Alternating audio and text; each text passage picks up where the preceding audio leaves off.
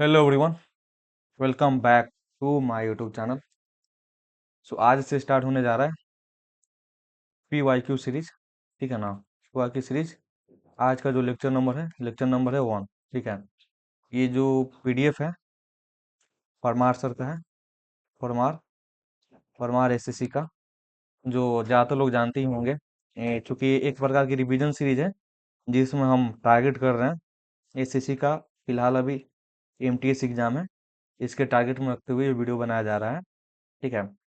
तो आप इसको अच्छा से एज ए रिवीजन के तौर पे इसके उपयोग करेंगे। तो चलिए आज का जो लेक्चर है स्टार्ट करते हैं। ठीक है। एक से। ठीक है। शुरू किस चीज का लेक्चर नंबर 1 है। ठीक है।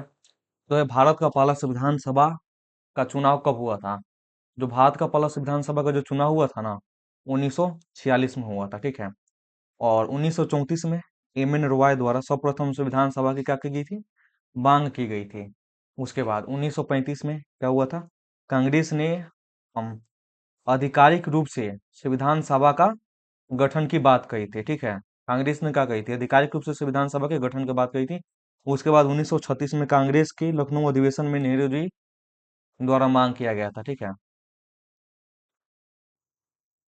चलिए, नेक्स्ट आपका है कैबिनेट मिशन की योजना। कैबिनेट मिशन योजना 1946 में कब आई थी।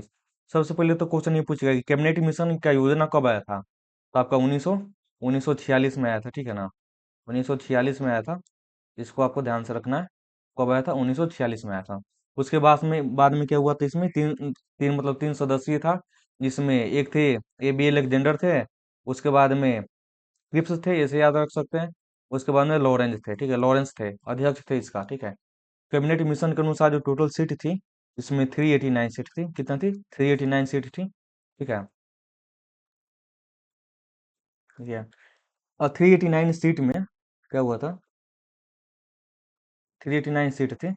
और 389 सीट में ब्रिटिश भारत के प्रांतों से 292 सीट जो थी, ये थी आपके गवर्नर के प्रशासन वाले प्रांत से। और 4 जो सीट थी वो थी चीफ कमिश्नर शासन के प्रांत से थे। ठीक है। और जो 93 थी, ये थी क्या, ये थी रियासतों से 93 सीट को लिया गया था। ठीक है।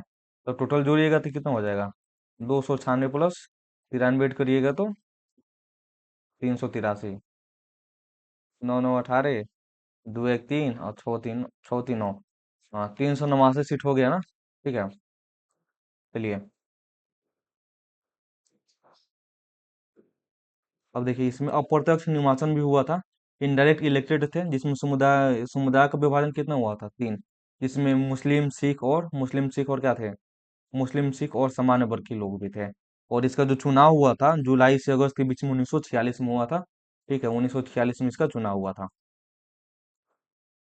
क्योंकि 296 सीटों पे क्या थी, 296 सीटों थी।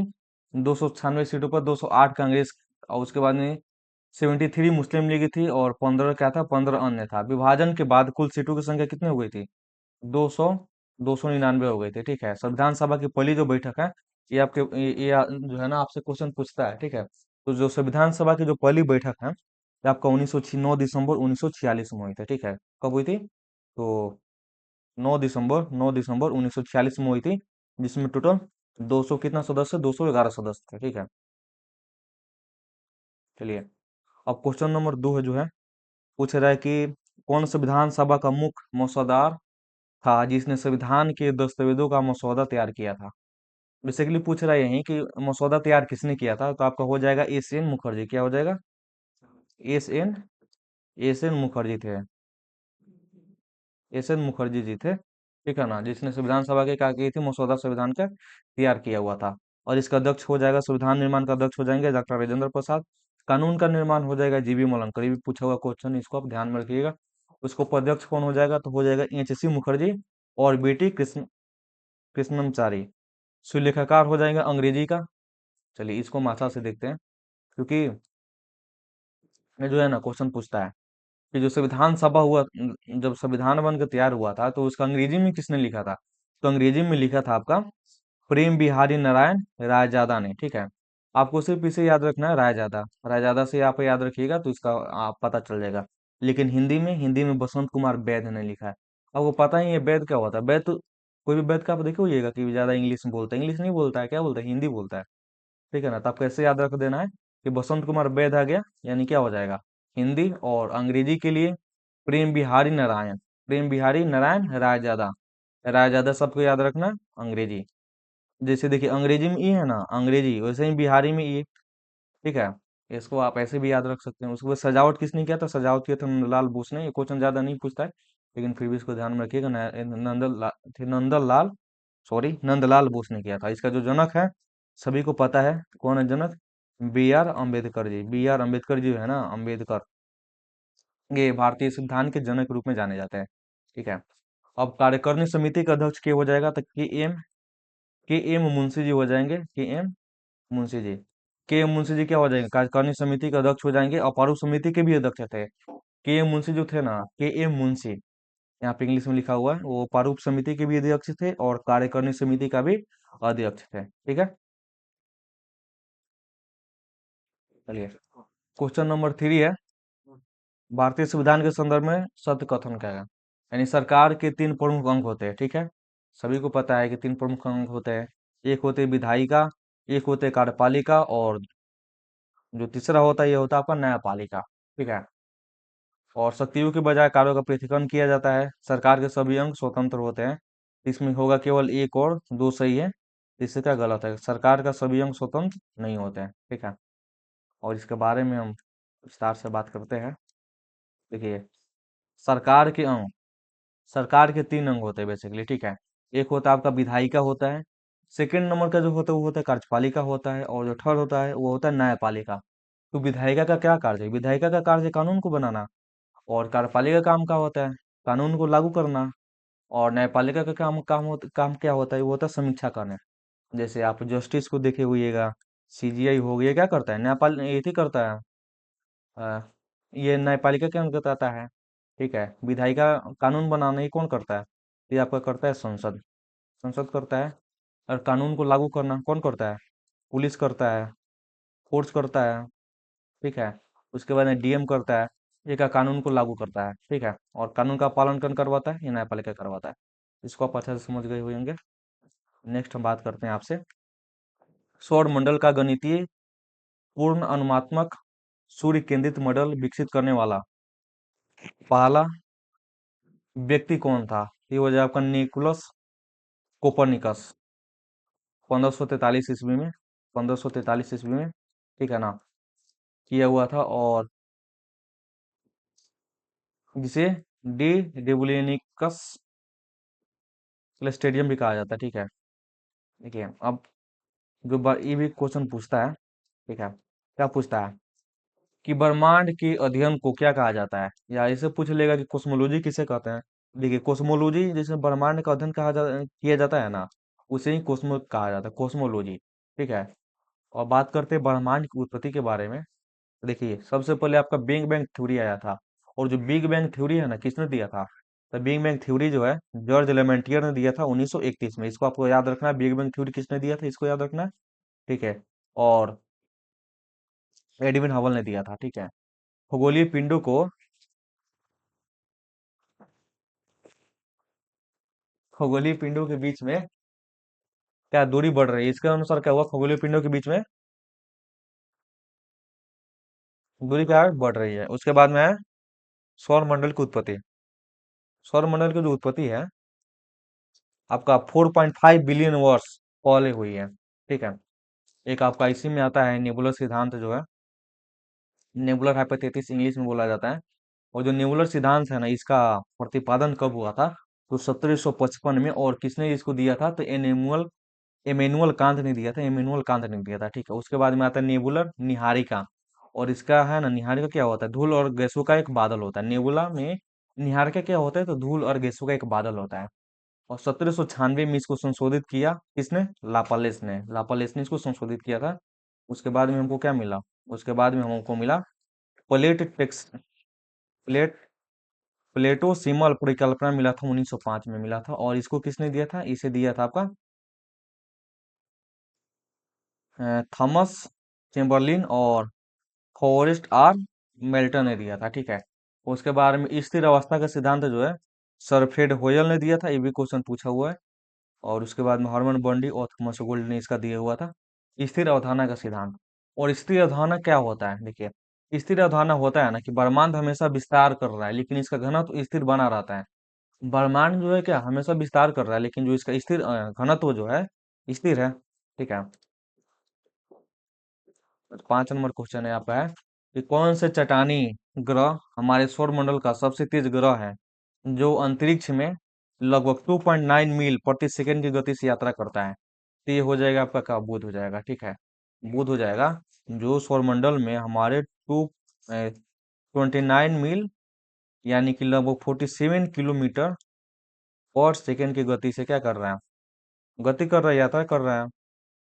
चलिए हम बात करते हैं कि सूरज से निकटम ग्रह कैसा है, ठीक है। तो सबसे पहले सूरज के बाद में कौन आता है, बुध है, शुक्र है, पृथ्वी, मंगल, बृहस्पति, शनि, अरुण और वरुण, और एक नेपच्यून भी था जिसको भी हटा दिया गया है, ठीक है। चलिए, और ग्रह भी क्या होता है, एक होता है आंतरिक ग्रह, एक होता है बाहरी बाह्य ग्रह होता है, यानी कि जोवेनियन प्लानेट होता है, एक है ना आउटर प्लानेट होता है। देखिए जोवेनियन प्लानेट में कौन कौन आता है, तो आपका जोवेनियन प्लानेट में आता है बुध आता है, शुक्र आता है, पृथ्वी आता है और मंगल आता है, ठीक है। ये चार जो है आपके यानी कि आंतरिक ग्रह में आता है। उसके बाद में जो चार है बृहस्पति है, शनि है, अरुण है और अरुण है, ये आपका आउटर प्लानेट में आता है, ठीक है ना। मान लेते हैं जैसे 8 ग्रह है, आठ 8 ग्रह है ना, 2 3 4, देखिए इसके अंदर जो है ये आपका है जोविनियन प्लैनेट यानी कि आंतरिक ग्रह है। और इसको जो बाहर है आउटर प्लैनेट है यानी कि बाह्य ग्रह है। इसमें आपका आ जाता है बुध आ जाएगा, ठीक है।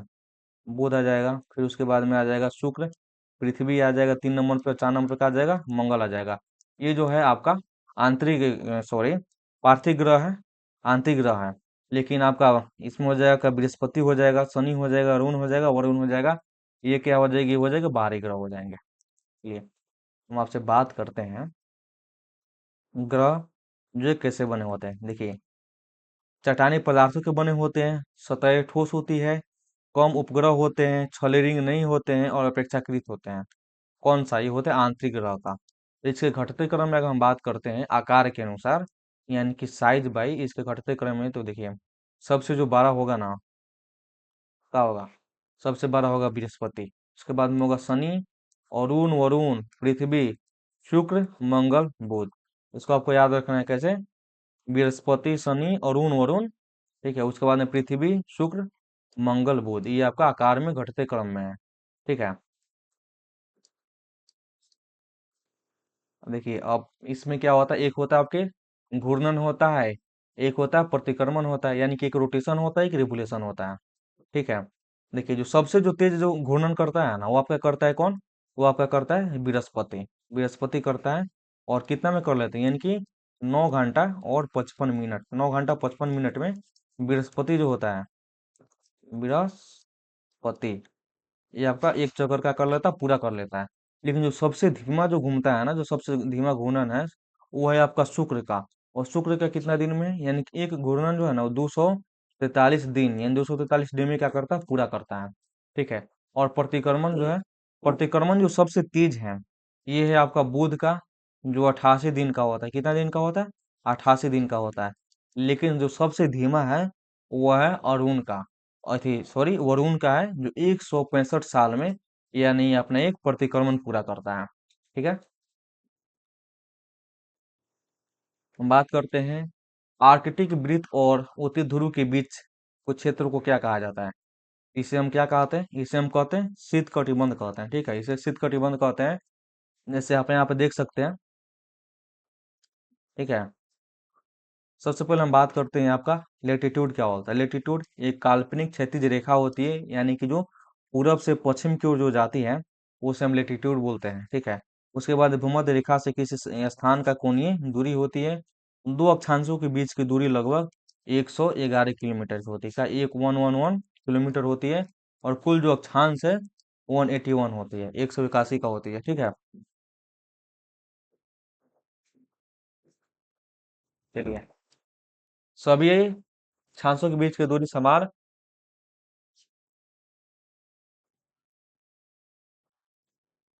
0 डिग्री भूमध्य रेखा होती है, और साढ़े साढ़े 23 डिग्री पे क्या होती है, साढ़े 23 डिग्री पे कर्क रेखा होती है। 37 डिग्री साउथ में मकर रेखा होती है, ठीक है। और 66.5 डिग्री नॉर्थ में आंटिक वृत्त होती है। 66.5 डिग्री साउथ में अंटार्कटिक वृत्त होती है, ठीक है। यहाँ पर आप जैसे देख सकते हैं, ठीक है। आप थ्योरी में पढ़े होइएगा ही, क्योंकि एक रिवीजन सेशन है तो इसको रिवीजन के तौर पे ही लिया जाएगा।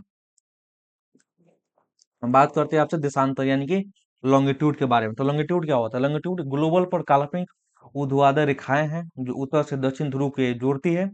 प्रधान एवं उत्तर के बीच सापेक्षिक कोणीय दूरी होती है। ये रेखा समांतर नहीं होती है। ध्रुव से विषुवत रेखा की ओर जाने पर देशांतर के बीच की दूरी क्या होती है?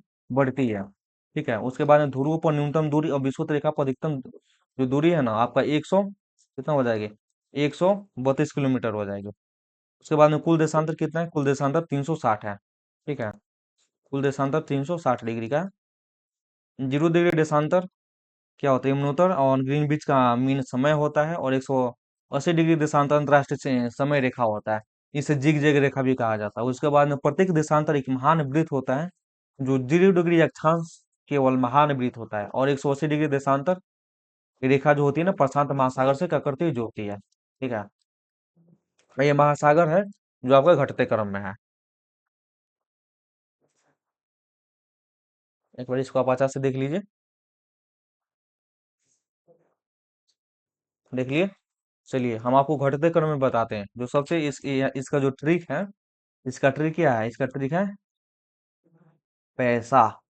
देखिए, पी से क्या होता है? पी से होता है आपका प्रशांत महासागर यानी पैसिफिक ओशियन बोला जाता है।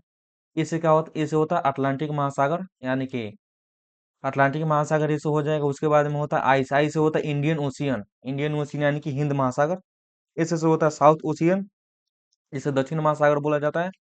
और ए से होता है आपका आर्कटिक महासागर, ठीक है। नहीं, आर्कटिक ओशियन बोला जाता है। तो आपको ऐसे याद रखना है, जो का घटते क्रम में। आप ऐसे भी याद रख सकते हैं इसको, प्रशांत महासागर, अटलांटिक महासागर, हिंद महासागर, दक्षिण महासागर, उसके बाद में आर्कटिक महासागर। आप इसको ये 4-5 बार से चिल्ला के रिकॉल करिएगा तो आप इजीली इसको याद कर सकते हैं, जो इसको घटते क्रम में बताया गया है, ठीक है। चलिए, अब 7 नंबर क्वेश्चन है। इसमें बोल रहे हैं कि भारत के किस भाग में नौपाषाण और महापाषाण चरणों के बीच ओवरलैप में सबसे पहले लौह की वस्तु दिखाई दी? तो ये हो जाएगा आपका दक्षिण भारत में। अब पुरातत्व के बारे में हम बात करते हैं। ये आपका हो गया हिस्ट्री, हिस्टोरी। पुरातत्व की खोज जो है सीजे के थॉमसन ने की थी। और इसमें 3 युग आते हैं, ठीक है। एक आता है पाषाण काल, एक वो आता है ताम्र युग, एक होता है कांस्य युग। और इसी के अंतर्गत हम पढ़ते हैं पूर्व ऐतिहासिक काल, जिसमें लिखित साक्ष्य क्या है? उपलब्ध नहीं है। कांस्य युग में क्या होती है? इसमें आदि ऐतिहासिक काल भी कहा जाता है। इसमें लिखित साक्ष्य है जो अपठनीय है, यानी कि इसे पढ़ा नहीं जा सकता है, ठीक है। आपसे बात करते हैं सीधे पाषाण काल के बारे में। पाषाण काल का है ना, पाषाण काल पत्थरों के उपकरण के आधार पर पाषाण काल में, देखिए, पाषाण काल 3 भागों में बांटा गया है। एक तो आपका होता है पूरा पाषाण काल, एक होता है आपका मध्य पाषाण काल, और जो तीसरा होता है ये होता है नवपाषाण काल होता है। पूरा पाषाण काल का जो अवधि है 5 लाख बीसी से लेके 1200 बीसी है। और बीसी के मतलब आप सभी को पता ही है, जो आप सोच रहे हो वो नहीं। बीसी का मतलब होता है बिफोर क्रिस्ट, ठीक है। और 12,000 बीसी से लेके 10,000 बीसी तक मध्यपाषाण काल का समय था, जिसमें छोटे पत्थरों का उपकरण भी बना हुआ था। नवपाषाण काल में नए पत्थरों का उपकरण बना था। मिट्टी के बर्तनों का उपयोग भी इसी नवपाषाण काल में हमको देखने को मिला था। और एक होता है महापाषाण काल, जिसे मेगालोलिथ भी कहा जाता है, जो 1500 बीसी से लेके 500 बीसी तक है। इसे लो युग भी बोला जाता है। और जो सबसे ज्यादा जो साक्ष्य मिले हैं वो दक्षिण भारत से ही हमको साक्ष्य मिले हैं, ठीक है। चलिए, और लौह युग के बारे में कुछ कथन है, इसके बारे में हम ध्यान देंगे।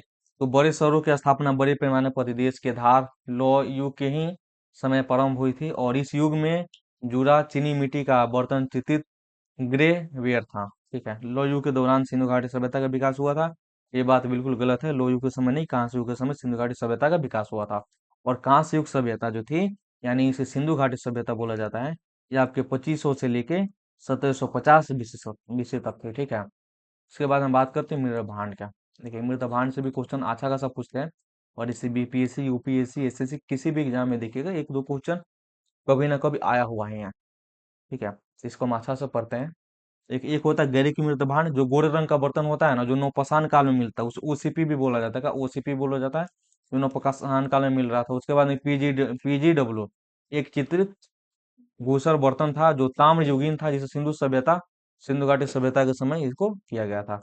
उसके बाद वहां जगह पूर्व लौह युग, जो उत्तरी काले का थे बर्तन थे, पूर्व युग जो उत्तरी काले का थे बर्तन थे, उत्तरी काले पॉलिश वाले बर्तन थे, जो उत्तर लौह युग का में था, जिसके एनबीपीडब्ल्यू कहा जाता है। ठीक है,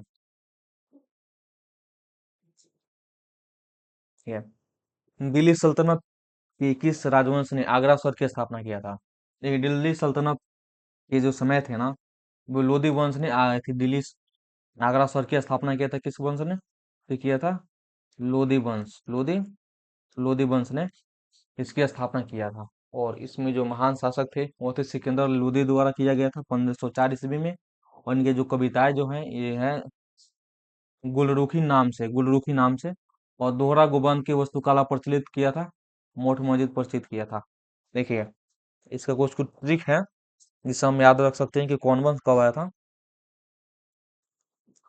ट्रिक, क्योंकि ट्रिक नहीं, अभी बताते हैं आपको ऐसे। ये एक था गुलाम वंश। ठीक है, गुलाम वंश के जो अवधि है, यानी कि जो इसका शासन काल है, 1206 से लेके 1290 एडी तक था। और खिलजी वंश जो था, ये 1290 से लेके 1320 एडी तक इसका शासन था।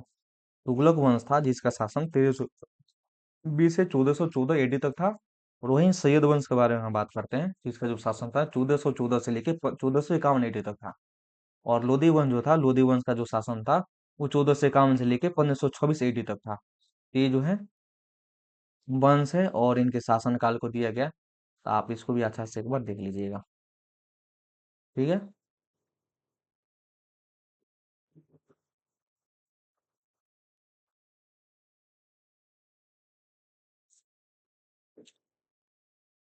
चलिए हम बात करते हैं दिल्ली सल्तनत के संदर्भ में चालीसा का समूह क्या था। देखिए, दिल्ली के जो संदर्भ में अगर चालीसा का समूह के बारे में हम बात करते हैं, वो ज्यादातर इल्तुतमिश के शक्तिशाली तुर्की गुलाम थे, जिन्होंने सुल्तान रजिया की हत्या करने के बाद अंतराल में सत्ता को संभाले थे। ठीक है, उसके बाद में आता है आपको कुतुबुद्दीन ऐबक के बारे में हम बात करते हैं। कुतुबुद्दीन ऐबक क्या थे? 1206 से लेके 1209 ईस्वी तक थे। इसे गुलाम वंश की भी स्थापना किया था। इसे ममलुक वंश का संस्थापक भी कहा जाता है। ठीक है, गुलाम वंश, उसके बाद में गुलाम वंश के उत्तराधिकारी बाद में हुए वो थे इल्तुतमिश थे, जो 1210 से लेके 1206 ईस्वी तक इनका शासन था, जिन्होंने चांदी का टक्का, उसके बाद में तांबे का जितल की भी शुरुआत की थी। तांबे का जितल का तो शुरुआत की थी, इक्ता इक्ता की शुरुआत की थी। देखिए, इल्तुतमिश है ना, इल्तु से आप क्या याद रखते? एकता। एकता की शुरुआत किसने की थी? इल्तुतमिश ने की थी। इल्तुतमिश का शासन कब था? 1210 से लेके 1236 ईस्वी तक था। उसके बाद में तबकात ए नासिरी मिन्हाज ए सुराज के द्वारा रचित थी इल्तुतमिश के दरबार में। और रजिया सुल्तान 1236 से लेके 1240 तक क्या था? इनका शासन था। किसका? रजिया सुल्तान का।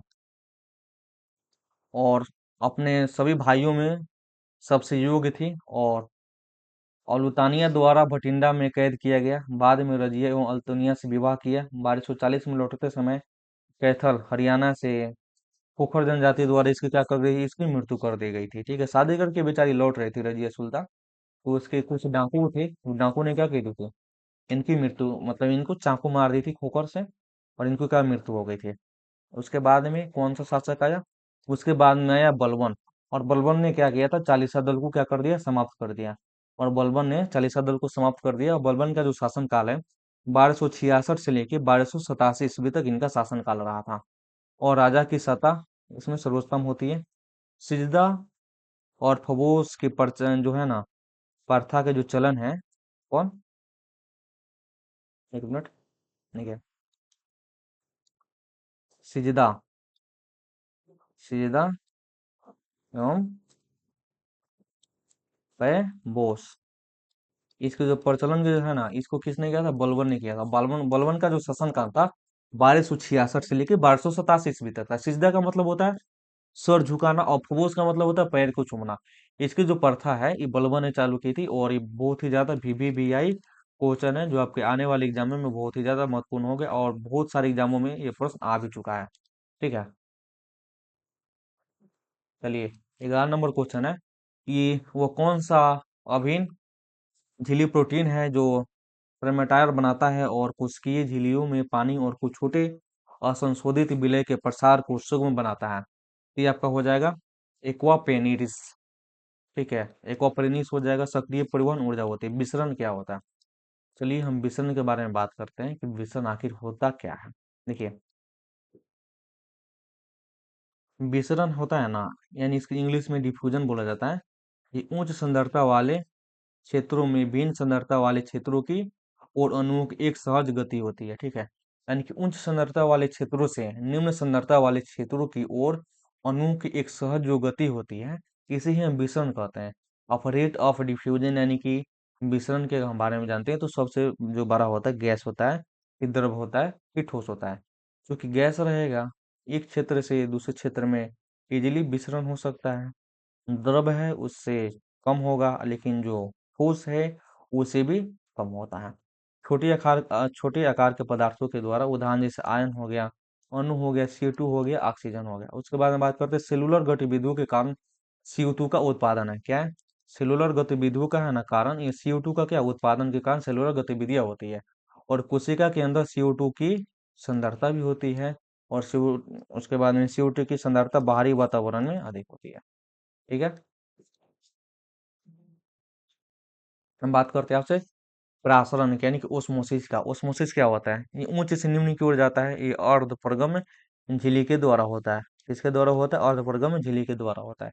इसमें सोल्यूशन इक्वल टू क्या होता है? सोल्यूट प्लस सोल्वेंट होता है, यानी कि विलयन इक्वल टू विलय प्लस विलायक होता है ना। वैसे ही आपका हो जाता है अल्प पराशरी, यानी कि अति पराशरी और समपराशरी। Solute is greater than solvent, solute is less than solvent, और solute is equal to solvent हो जाएगा। ठीक है, यहाँ पे आप देख सकते हैं चित्रों में इसको बताया गया है। ठीक है, सीधे हम बात करते हैं सीधे पदार्थ की अवस्था के बारे में। देखिए, पदार्थ के ऐसे तीन अवस्था, मतलब पदार्थ के तो वैसे 5 अवस्था होती है, लेकिन 3 अवस्था के बारे में हम जिक्र कर लेते हैं। एक आपका ठोस होता है, एक द्रव होता है, एक गैस होता है। ठोस का गतिज ऊर्जा कम होता है। ठीक है, देखिए ठोस जो होता है ना, ठोस स्थान भी कम करता है।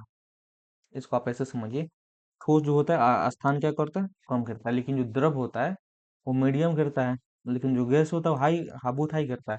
जैसे आपको उदाहरण हम देते हैं, जैसे क्या, वायु हो गया, यानी एयर हो गया, ये स्थान बहुत ज्यादा करता है। द्रव हो गया, द्रव के बारे में आपसे हम बात कर लेते हैं, जैसे पानी।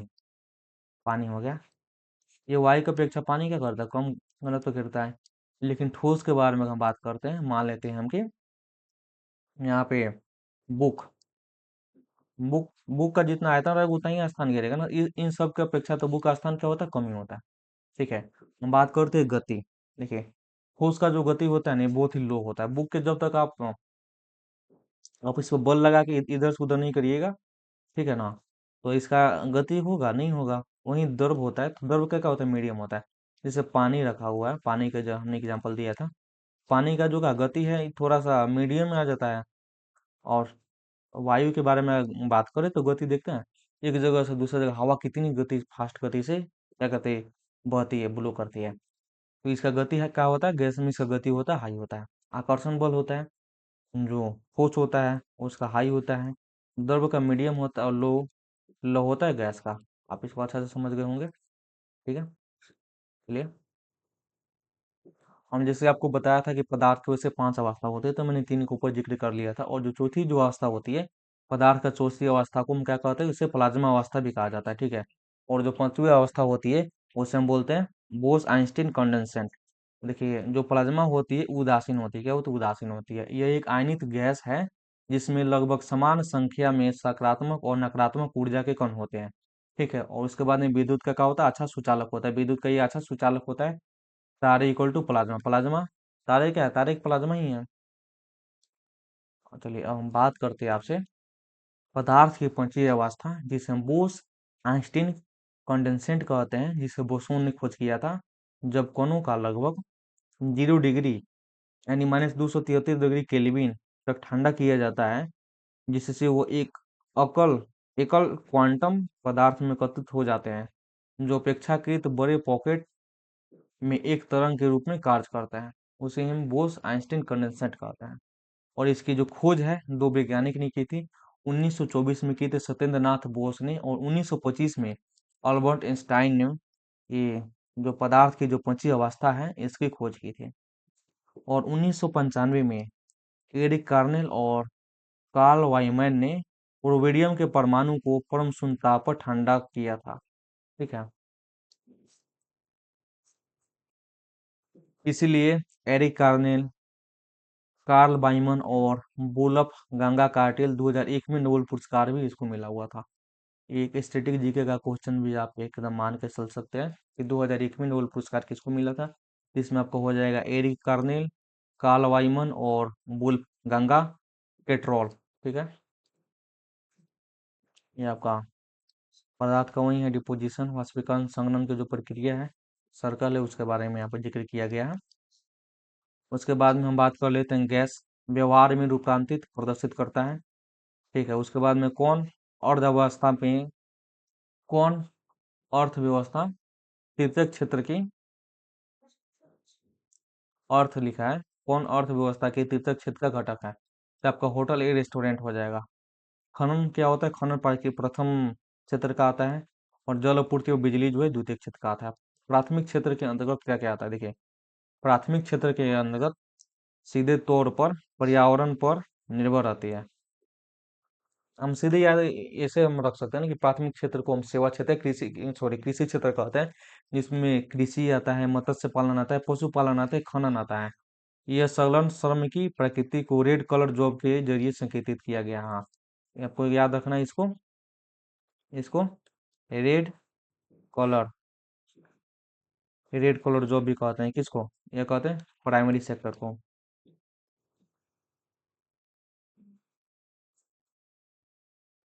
प्राइमरी सेक्टर को कहते हैं, प्राइमरी सेक्टर का कहते हैं रेड कलर जॉब भी कहते हैं। और इसके अंतर्गत हम कृषि, मत्स्य पालन, पशुपालन और खनन ये आदि संलग्न करते हैं, जो सीधे तौर पर पर्यावरण पर निर्भर रहता है। ठीक है, पर्यावरण पर निर्भर रहता है। चलिए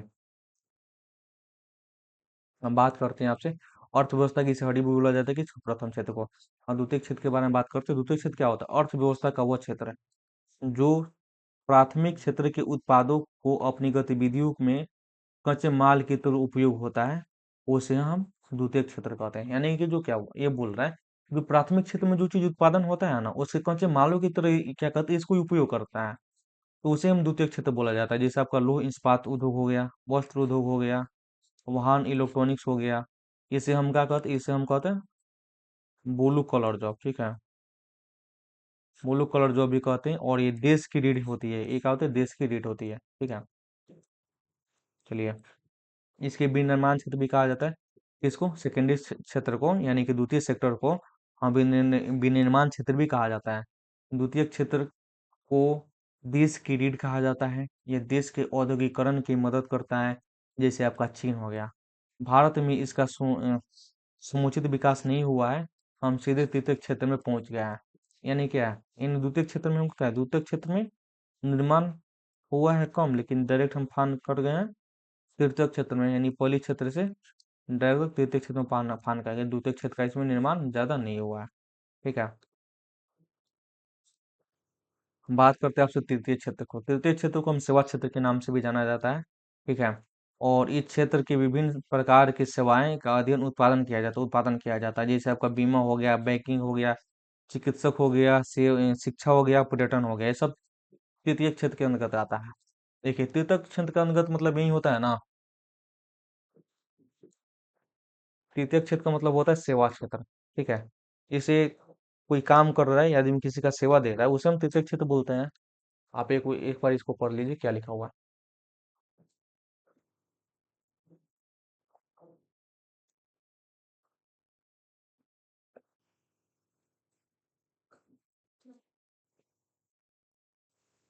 देख लिए। चलिए आपको हम बताते हैं। बैंकिंग, बैंकिंग भी एक सेवा क्षेत्र है, चिकित्सक भी एक सेवा क्षेत्र, और शिक्षा भी ये एक प्रकार के जॉब ही है। पर्यटन ये सब का एक जॉब है, इसे हम तृतीय क्षेत्र में रखते हैं। यह प्रकृति में शोध अमूर्त होती है, ठीक है। चलिए, हमारी अर्थव्यवस्था में सर्वोच्च योगदान जो है किसका है? तृतीय क्षेत्र का है, और प्राथमिक क्षेत्र में अधिक संख्या में लोगों का रोजगार मिला है। जीडीपी में इसका योगदान जो है ना सबसे कम है। देखिए, प्राथमिक क्षेत्र में क्या है, इसमें रोजगार मिला सबसे ज्यादा, लेकिन जीडीपी में इसका जो योगदान है ये सबसे कम है। और सबसे कम योगदान है इसका, कितना परसेंट है? तो 14.39% इसका योगदान है। और द्वितीय क्षेत्र सकल घरेलू उत्पाद में 31.46% का योगदान देता है। उसके बाद में तृतीय क्षेत्र में सबसे कम लोग कार्यरत हैं, तथा सकल घरेलू उत्पाद में इसका योगदान भी क्या है, सबसे अधिक है। देखिए, सेवा क्षेत्र में क्या है, आप जैसे देखते हैं ना कहीं जॉब, सरकारी जॉब किसको लगा है, मतलब एक एग्जाम्पल ले रहे हैं, बहुत कम को लगा है, लेकिन पैसा कितना कमाता है, बहुत ज्यादा कमाता है, तो जो ज्यादा पैसा कमाएगा उसका योगदान भी क्या होगा, ज्यादा ही होगा। लेकिन किसान देखते हैं गांव में, मतलब हमेशा तो ज्यादा किसानी है, लेकिन वो लोग बहुत ज्यादा है, लेकिन कितना कमाता है, बहुत कम कमाता है, तो आप ऐसे ही देख सकते हैं। क्योंकि प्राथमिक क्षेत्र में कृषि क्षेत्र भी कहा जाता है, और जीडीपी एक प्रकार का सेवा क्षेत्र है, तृतीय क्षेत्र एक प्रकार का सेवा क्षेत्र है। इस पे तुलना करके आप लोग इजिली देख सकते हैं, ठीक है। देखिए, 2011 की जनगणना के अनुसार जो प्राथमिक क्षेत्र है, और द्वितीय क्षेत्र और तृतीय क्षेत्र है, इसका एली पीआरए दिया गया, पीआर दिया गया, जिसमें प्राथमिक क्षेत्र का आपका 2.6% है, और द्वितीय क्षेत्र का जो है 24.3% है, और तृतीय जो क्षेत्र है इसका 21.1% है। लेकिन जीडीपी में जो इसका योगदान है 14.39% है, और द्वितीय क्षेत्र का 31.46% है, और जो तृतीय क्षेत्र है जिसे सेवा क्षेत्र बोलते हैं, इसका योगदान जो है 54.15% है, ठीक है। और व्यक्तिगत के निर्णय अब ये आगे दूसरा क्वेश्चन आ गया, ठीक है। क्वेश्चन नंबर 14 में क्या बोला कि व्यक्तिगत निर्णय लेने वाली इकाइयां जैसे उपभोक्ता, संसाधन मालिक और फर्मों का व्यवहार के अध्ययन के रूप में परिभाषित किया जाता है। इसे हम क्या बोलते हैं, इसे माइक्रो इकोनॉमी बोलते हैं। क्या बोलते हैं? Micro eco economy. Micro economy को बोला जाता है, यानी कि सूक्ष्म अर्थशास्त्र बोला जाता है। यह मांग और आपूर्ति को पूरा करता है। समष्टि अर्थशास्त्र राष्ट्रीय आय और बेरोजगारी के बारे में बात करता है। एक असमष्टि विषय छात्र होता है, अर्थशास्त्र होता है, जिसको आपको देखना होता है, जरूरी नहीं है। देखिए, माइक्रो इकोनॉमिक्स यानी समष्टि अर्थशास्त्र में इसके बारे में होता है। समष्टि अर्थशास्त्र में समस्त आर्थिक क्रियाओं का संपूर्ण रूप से अध्ययन किया जाता है। इसमें जैसे राष्ट्रीय आय हो गया, आपका उत्पादन हो गया, बेरोजगारी हो गया। और इसका जो जनक हो जाएंगे, एक इसका जनक हो जाएंगे, कौन हो जाएगा? जे एम जे एम केन्स, जो कहाँ के थे, जो थे इंग्लैंड के थे, यानी कि अंग्रेज थे। और धन का समान सिद्धांत भी इसी ने दिया था। यह होता है इकोनॉमिक्स, माइक्रो इकोनॉमिक्स, जिसे सूक्ष्म अर्थशास्त्र भी कहा जाता है। इसी में सूक्ष्म विशिष्ट अर्थशास्त्र में व्यक्तिगत आय, व्यक्तिगत इकाइयों और व्यक्तिगत उत्पाद का अध्ययन किया जाता है। इसका जो जनक हो जाएंगे एडम स्मिथ हो जाएंगे, और इनके जो किताब थी, इनका नाम है द वेल्थ ऑफ नेशन किताब। ये आधुनिक अर्थशास्त्र के जनक भी थे, और अल्फ्रेड मोसल भी इसका एक जनक हो जाएंगे, ठीक है। और दक्षिण भारत में शास्त्रीय नृत्य के रूप में किसका शाब्दिक अनुमोदन बलराम भारत और हस्तलेखन दीपिका से प्राप्त होता है? ये आपका हो जाएगा केबी तामपुरन। सॉरी, ये नहीं होगा, कथकली होगा, ठीक है, कथकली हो जाएगा। देखिए, ये आपका क्या है, ये आपका शास्त्रीय नृत्य है, ठीक है, शास्त्रीय नृत्य है। और कहाँ से है, इसके बारे में हम बात करते हैं, ठीक है। मोहिनीअट्टम, मोहिनीअट्टम का केरल का है। और कथकली भी है, ये भी आपका केरल का हो जाएगा, ठीक है।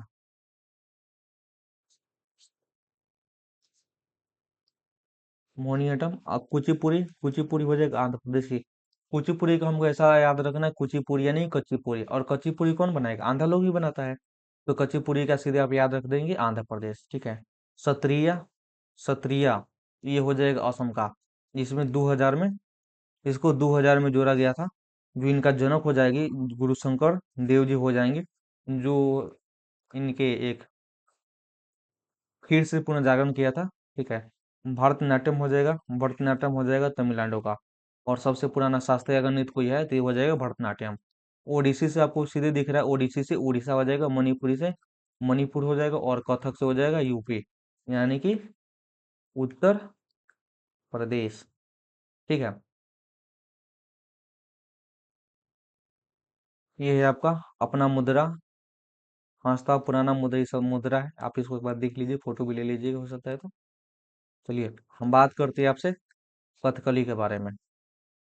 देखिए, कथकली का जो विषम होता है 5 होता है, इसे व्यवहार माला भी कहा जाता है। ठीक है, मोहिनीअट्टम में होता है। उसके बाद में इसके महजमंगलम नारायण दबोंदरी लिखा है इसको। कथकली में 5 विषम होता है, जिसके बारे में हम बात कर रहे थे। तो देखिए, पांचा हो जाएगा, काठी हो जाएगा, थारी हो जाएगा, कारी हो जाएगा, मुनमुख हो जाएगा। पांचा का मतलब होता है हारा, काठी का मतलब होता है चाकू, थारी का मतलब होता है दाढ़ी, और कारी का मतलब होता है काला, मीनू का मतलब परवा या चमक होता है। ठीक है, देखिए पाचा है, काथी है, थाड़ी है यानी कि क्या दाढ़ी है, उसके बाद में कारी है, कारी मतलब काला, उसके बाद मीनमुख है, मीनमुख मैंने आपको पता ही है, प्रभा या चमक होता है। ठीक है, चलिए नेक्स्ट हम बात करते हैं। बोले कि लोक नृत्य और संबंधित राज्यों का गलत संयोजन सूचीना करना है। देखिए, धनसारी गाजा कहाँ का हो जाएगा, महाराष्ट्र का हो जाएगा। डांडिया नृत्य भी हो जाएगा गुजरात का।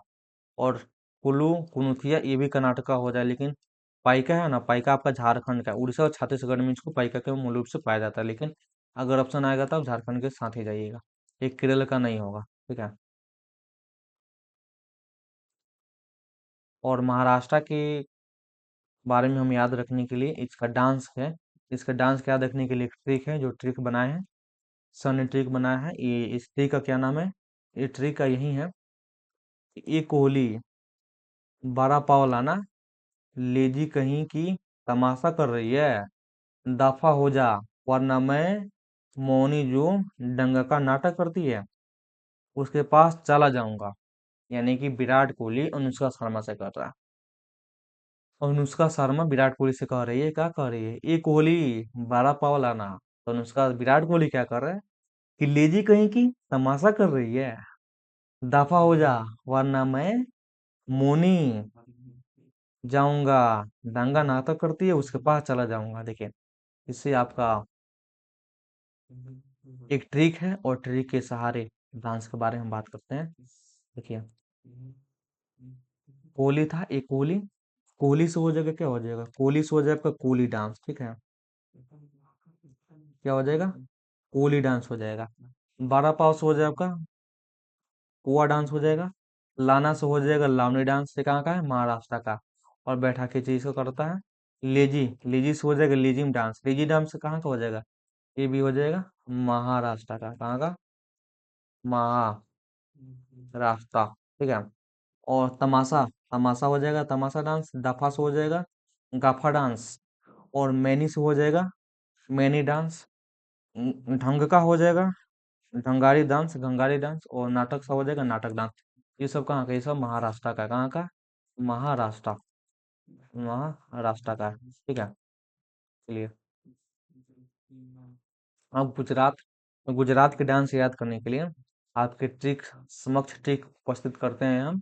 गुजरात की गोपियां डांडिया खेलने सिंधिया से मटक मटक के पधार रही है। यानी गुजरात की गोपियां है डांडिया खेलने सिंधिया से मटक मटक के पधार रही है।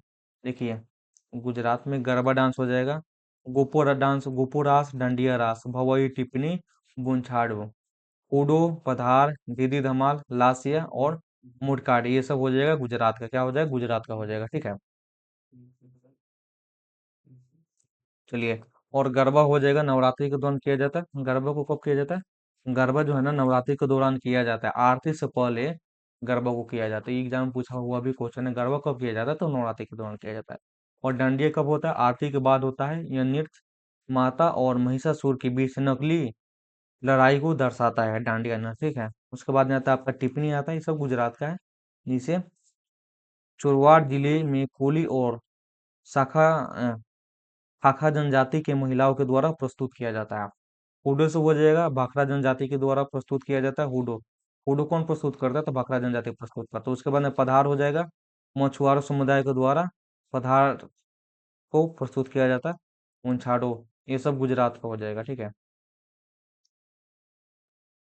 उसके बाद में कर्नाटका, कर्नाटक से का हो जाएगा, कर्नाटक का हो जाएगा ऋख, यस, बोला कम कर साले, डाल भूत बनाकर, नागमंडली लेकर, सारी वीरता खत्म कर देगी, ठीक है। ये आपको याद रखना है। ऋख है, यस, बोल कम कर साले, डाल डाल भूत बनाकर नागमंडली लेकर सारी वीरता खत्म कर देगी। देखिए, खत्म कर देंगे। ये आपका कर्नाटक का डांस है, जिसमें आपका क्या आता है, यक्षगान आता है, कारगा आता है, बिरगासो आता है, डोली कुणकी आता है, बुल्की आता है, कमसाले आता है, भूतराधनी आता है, भूत है ना, भूत से भूतराधनी, और नागमंडल। नागमंडली सबको क्या रखना है, याद रखना है, नागमंडल। जैसे से याद रखना है, यक्षगान याद रखना है, कम से याद रखना है कारगा, और ठीक है, बिरगासे, बिरगासे रखना है आपको, साले से बिरगासे, डालू कुनुतिया, डाल से याद रखना डोलू कुनुतिया। उसके बाद में कहा बनकर से याद रखना बोलक, कमसाले। उसके बाद में भूतराधनी रखना याद, भूतराधनी। उसके बाद में क्या रखना, नागमंडल। ये सब कर्नाटक का हो जाएगा, किसका हो जाएगा, कर्नाटक का, ठीक है। अब केरल का हो जाएगा, देखिए, केरल का सिर्फ ऑटम ऑटम जिसमें रहता है ना, उसको आंख बंद करके आपको क्या मारना है, केरल मारना है। देखिए, ये हो जाएगा आपका ऑटम फुलाल, कलियटम, कनियाटम, कुडियाटम, कुलाकली, टुपाकली, कुरावली, तिरुवातिकली, शेखर कुछ हो, देखिए, जिसमें क्या हो, कली हो और ऑटम हो, ऑटम हो। ये सब जितना भी डांस होता है, नहीं, जितना भी नृत्य होता है, ये आपका होता है केरल, केरल राज्य से नृत्य होता है ये सब, ठीक है। इसका देखिए हो जाएगा ओटम ठुलाल, क्या हो जाएगा, ओटम ठुलाल हो जाएगा, कुंचन नमियारा द्वारा प्रस्तुत किया जाता है। फिर कलियाटम हो जाएगा, हेम के नाम से जाना जाता है, मलाबार तट के पवित्र है। उसके बाद में खांची के दोनों स्थानों को दर्शाता है। कोडियाटम क्या हो जाएगा, संस्कृत थिएटर कला है, जो कलाकली लाठी लेकर एक घेरों में घूमना फिरना पड़ता है। तो 70 नंबर क्वेश्चन है आपका, ये आपका किस राज्य में मेडे त्योहार को मुख्य रूप से मनाया जाता है, तो ये आपका असम हो जाएगा। असम का त्योहार क्या हो जाएगा, मेडे हो जाएगा। एक बार इसको आप देखिए, ठीक देखिए,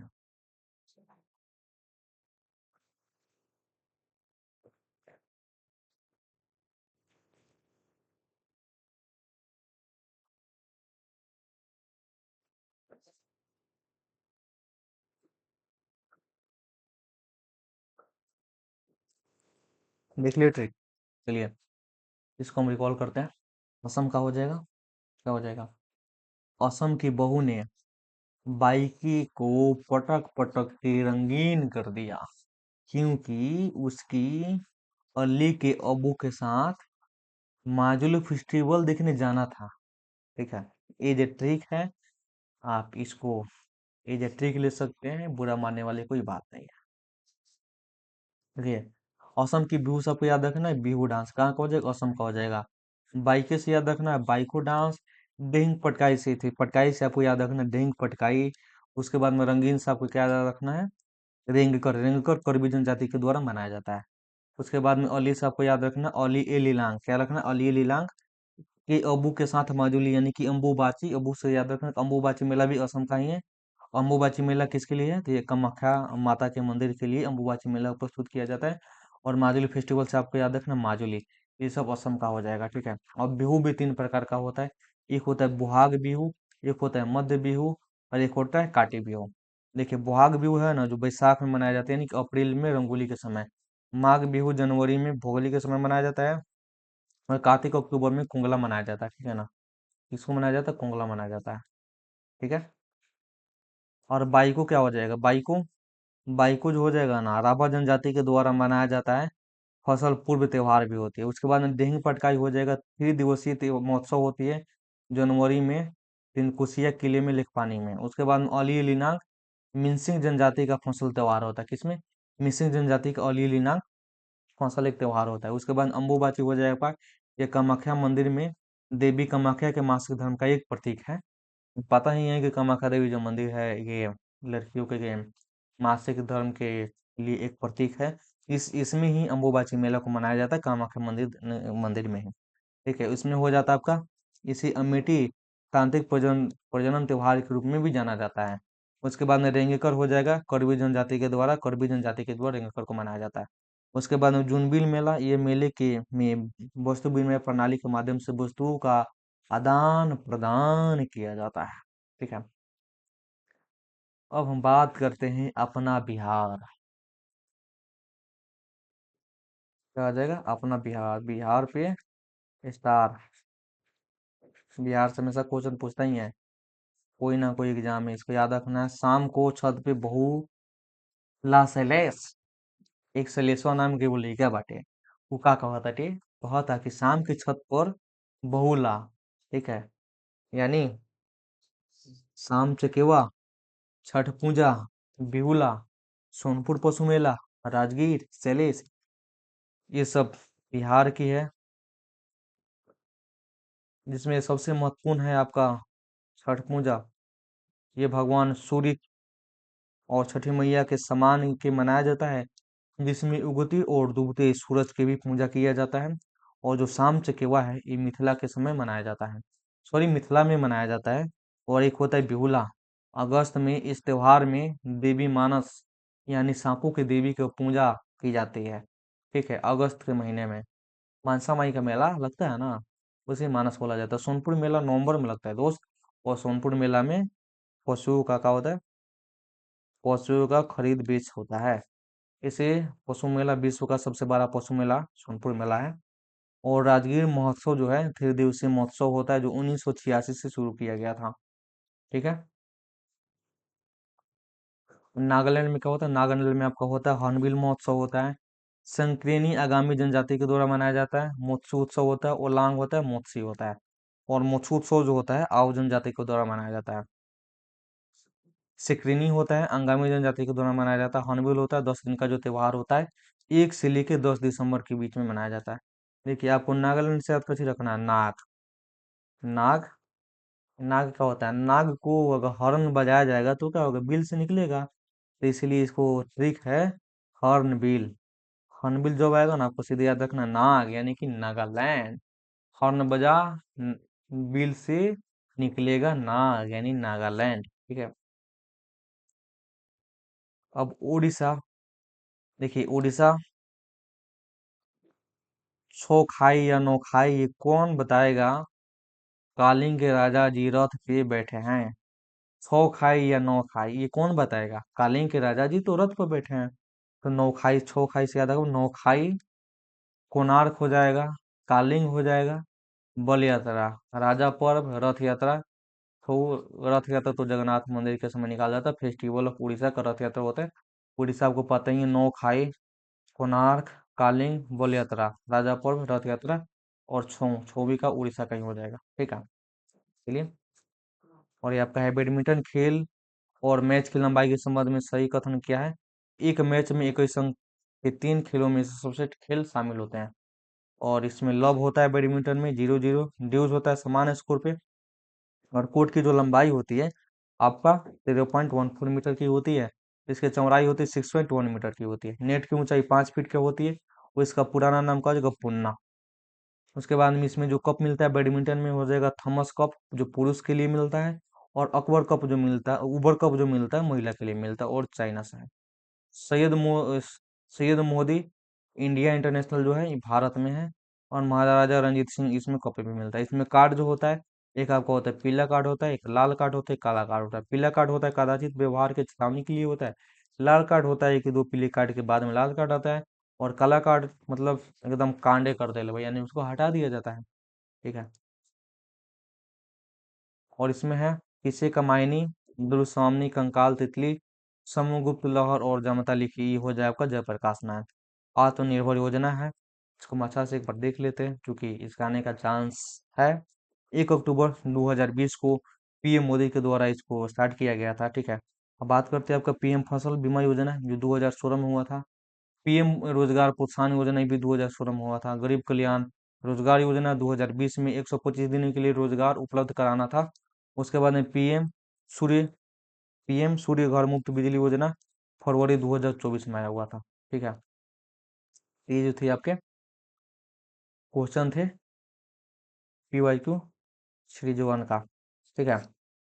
आप लोग कमेंट करके बताइएगा PYQ सीरीज 2 का भी लेना चाहिए, जो आपके आने वाले एग्जामों में SSC का हो गया, आपका MTS हो गया, CGL हो गया, CHSL हो गया, या आपका रेलवे हो गया, या आपका कोई भी और एग्जाम हो गया, इस समय बहुत ही ज़्यादा महत्वपूर्ण करने वाली है।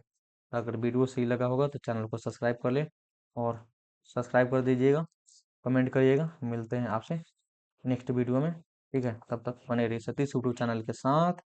जय हिंद।